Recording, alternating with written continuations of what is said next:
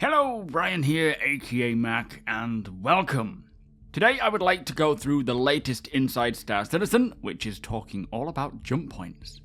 As always, a huge thank you to all of my patrons and channel members. Thank you so much for the support, it is truly appreciated.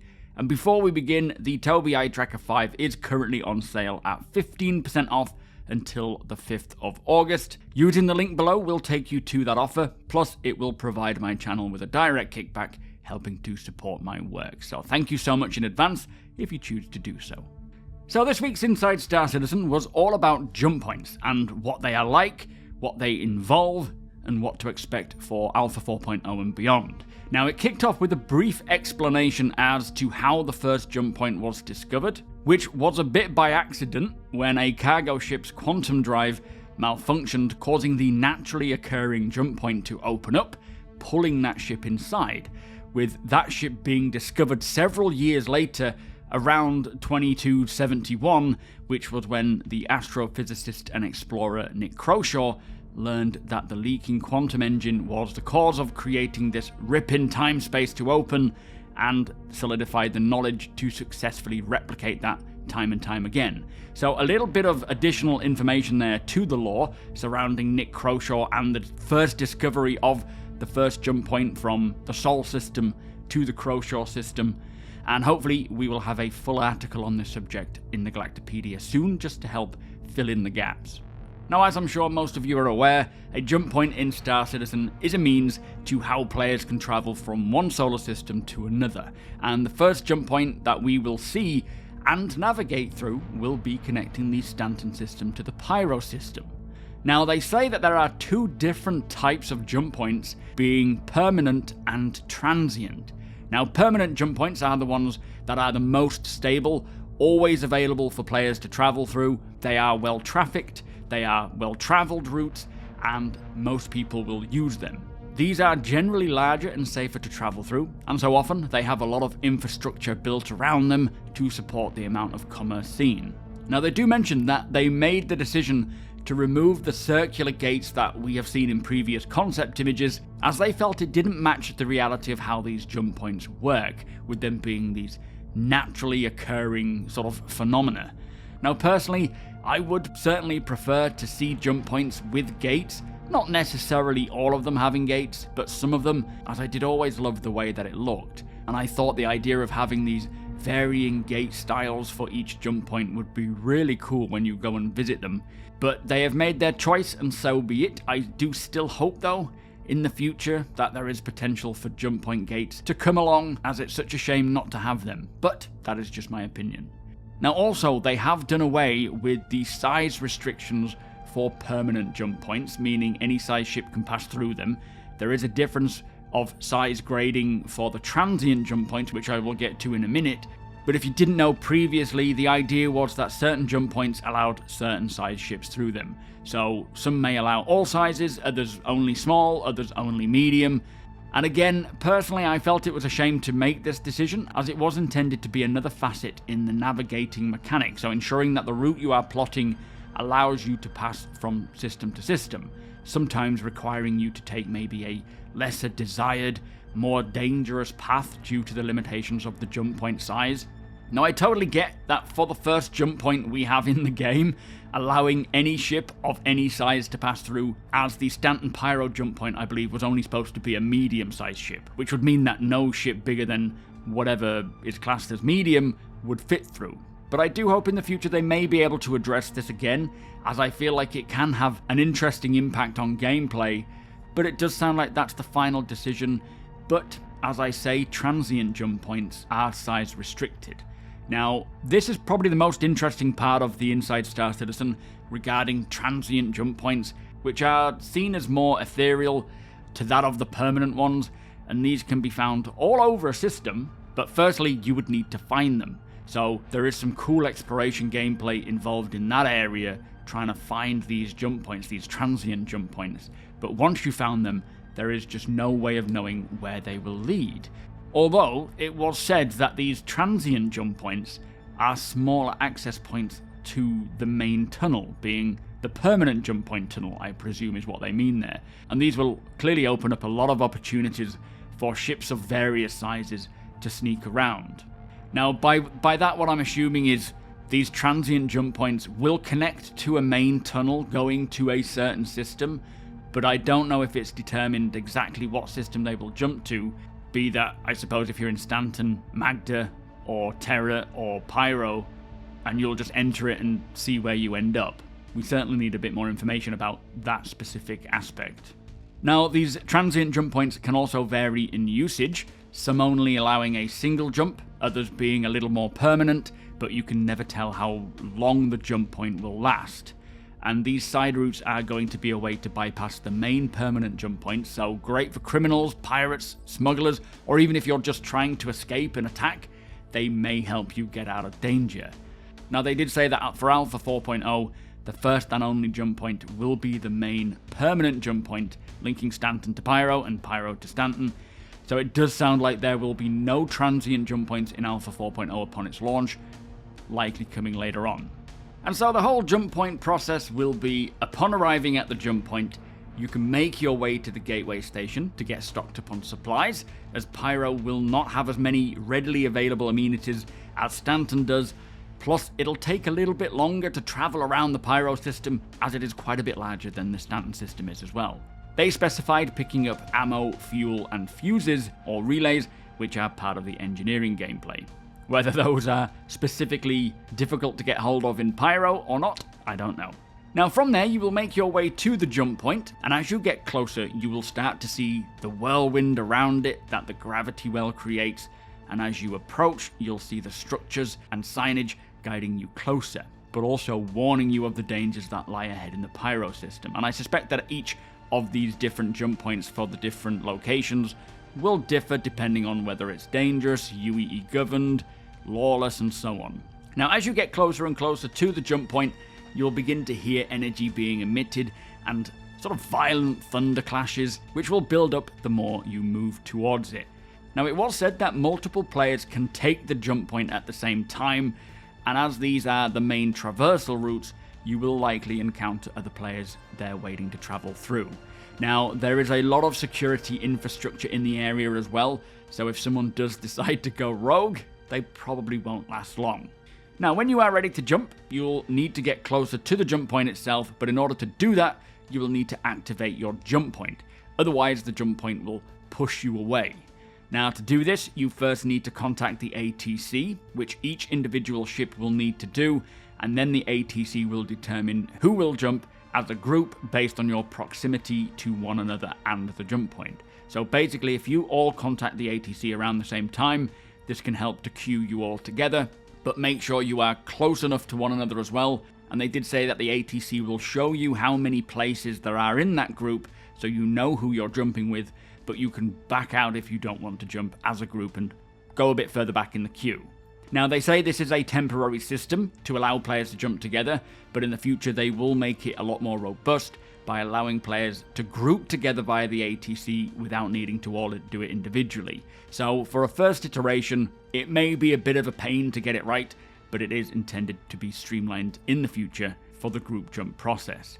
Now, at first I was a little confused as to why we would need to contact an ATC for a jump point, but it was cleared up on Spectrum that the ATC is there to establish security for jumping, and they say think of it like a controlled border customs, giving players permission to jump back and forth, which means criminals will have a hard time trying to get in and out of the system, and will likely have to heavily rely on the transient jump points to do so.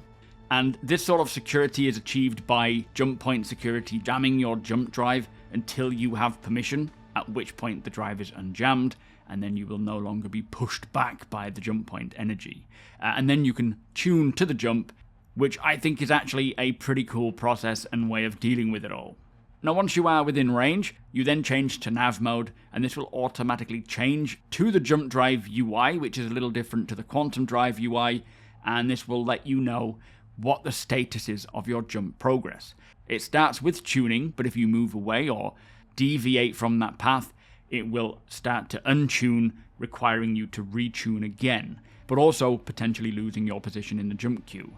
Now, once you have tuned and you become authorized, you will be ready to jump, at which point your ship will then fire this sort of burst of quantum energy that will rip open the jump point, allowing you to see the tunnel beyond and travel through it.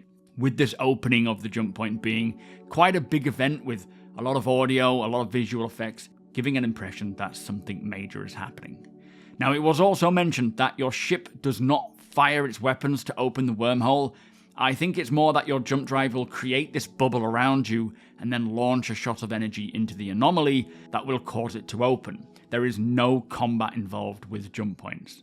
Now, once the jump point is opened, those ships that are tuned and have been granted permission will be drawn in automatically. You will have no way of stopping it. You are committed and you are going, which I do like, and it also means deciding to jump is a decision that you commit to and have to see it through once it's got to that point. It isn't going to be something that you take lightly, and it is going to be a big event that you won't generally be doing over and over again every 10 minutes. So the process needs to feel epic, which it certainly looks like it does. Now, if someone does get in front of you while you are tuning to jump, it will cancel the jump process, but with the jump point pushing ships away that get too close to it that are not tuned in, this should stop a good deal of people trying to troll you, but they will consider other options on how to prevent this from happening as well. And I suspect that with the tech preview channel testing, PTU testing, and even once it goes to the live servers, they will continue to monitor behavior from players and see what people do, and then counter that to make sure that it can be done. Now, when you are in the jump point, you will visibly and audibly hear the difference. You will also potentially see ships in front of you and behind you as you are all kind of aligned in a convoy, but you will not see ships moving in the other direction, as they don't want players to be flying into each other, which, as much as I think it would be amazing to see two-way traffic inside a jump point, I do agree that we shouldn't be able to fly into one another, as that would be a bit of a nightmare. Now, inside the jump point, your ship will be flying at a set speed, so you have no control over your speed, but you still have to navigate through. And we will need to stay on target, avoiding the walls, some obstacles that you will need to dodge around. But as you get closer to the walls, you will start to gather more distortion damage, and your jump drive has a pool that when that pool is filled with distortion, the jump drive will then shut down, and you can be literally booted out of the tunnel. And depending on how long you've been in the tunnel, you may end up somewhere back in Stanton, somewhere in Pyro, in the middle of nowhere, often, in the fringes of space, where you will have to find your way back to civilization. Plus, your ship will likely be somewhat damaged. Now, I love the sound of this, and this will open up a lot of really interesting gameplay. Firstly, having to survive in the middle of nowhere, trying to fix up your ship, checking your onboard resources like oxygen and so forth, while you await rescue, which could take some time for players to get to you, because you are going to be quite far away from anyone. And on the flip side of that, the amount of search and rescue jobs that this will create for players, but the dangers involved as a search and rescue team as well. Travelling that far to rescue someone will take a lot of planning and skill. You're not just going to set off and hope for the best. And I cannot wait to see this come around. Maybe even travelling through the jump point to rescue someone stranded on the other side. That would be kind of cool. But it was also mentioned that the transient jump tunnels will be harder to navigate than the permanent ones, so there's probably going to be people strewn everywhere for people to come and help them. Now, the current jump point duration, or how long it takes to travel through, is around 3 minutes approximately, but this is still to be properly figured out based on a few other factors, like the number of ships in the tunnel, their proximity to one another, and so on. The trip, they say, needs to feel long enough to cover the journey, so they will play with this duration, and I suspect each jump point itself, the trip time will vary. But I completely agree, it needs to feel substantial enough to give an impression of what is happening. But again, you won't be jumping over and over again immediately. Once you get to a system, chances are you will be in that system for a good duration of time. So it needs to feel important and like a big epic event. Anyway, once you arrive to your destination, or at the other end of the jump point, you will notice that you are not exiting the jump point at the jump point entry to go back through. You will be exiting from multiple different locations, which is one method, they say, to help mitigate against jump point camping. Now, it's great that they have considered this. I know a lot of people were very concerned with camping the jump gates, but it's not that they're trying to make it impossible to camp a jump gate. It's more that they just want to make it really difficult, likely almost impossible to target an individual. Now, I also suspect that there will be many other ways to counter camping in the future as well. This is just one of them. Now, when you exit into Pyro specifically, you will be entering into what feels like a cave of gas, completely different to what you would find in the Stanton system, and there will be some structures guiding you to a station, which is apparently a normal R&R station, which is nice and safe, they say, kind of the last stop before you enter into the lawless Pyro system. And I suppose this is another way to mitigate the jump point camping, making this last station pretty safe so that it might fend off those pirates looking to get people who have just come through. But I suppose this is the last safe haven that you can take a bit of a breather before getting into the reality of how dangerous the Pyro system is. Likely it'll have turrets and such, and potentially be operated by the UEE like a border security, but I have no idea until we get to play it. Now, it was also mentioned that what we are seeing here is more the basic premise of how this whole thing functions, with some interesting visual effects applied. They are now finding the best way to really make it feel and look and sound amazing. They're also working on the bending of light, with the walls sort of curving space-time around you. Plus, as jump points are in enclosed space, they can do whatever they want to make it special.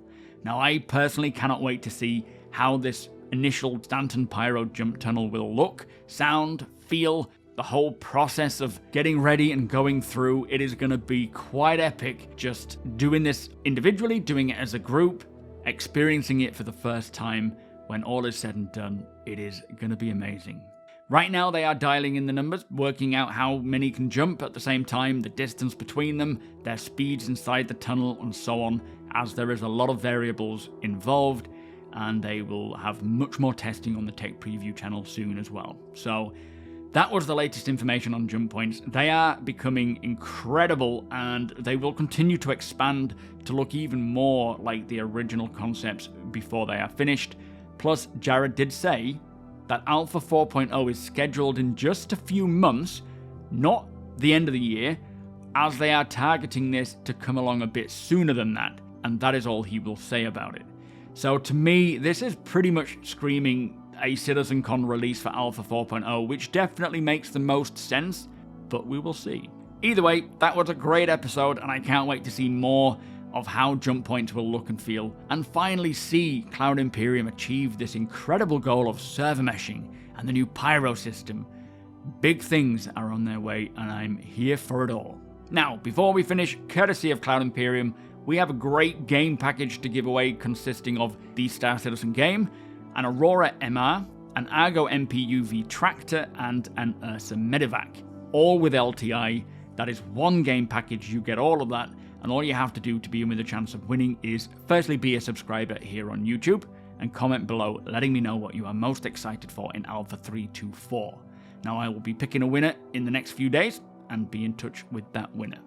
But with that said, I hope you enjoyed the video, and if you did, please do consider subscribing, helping us to reach 70,000 subscribers.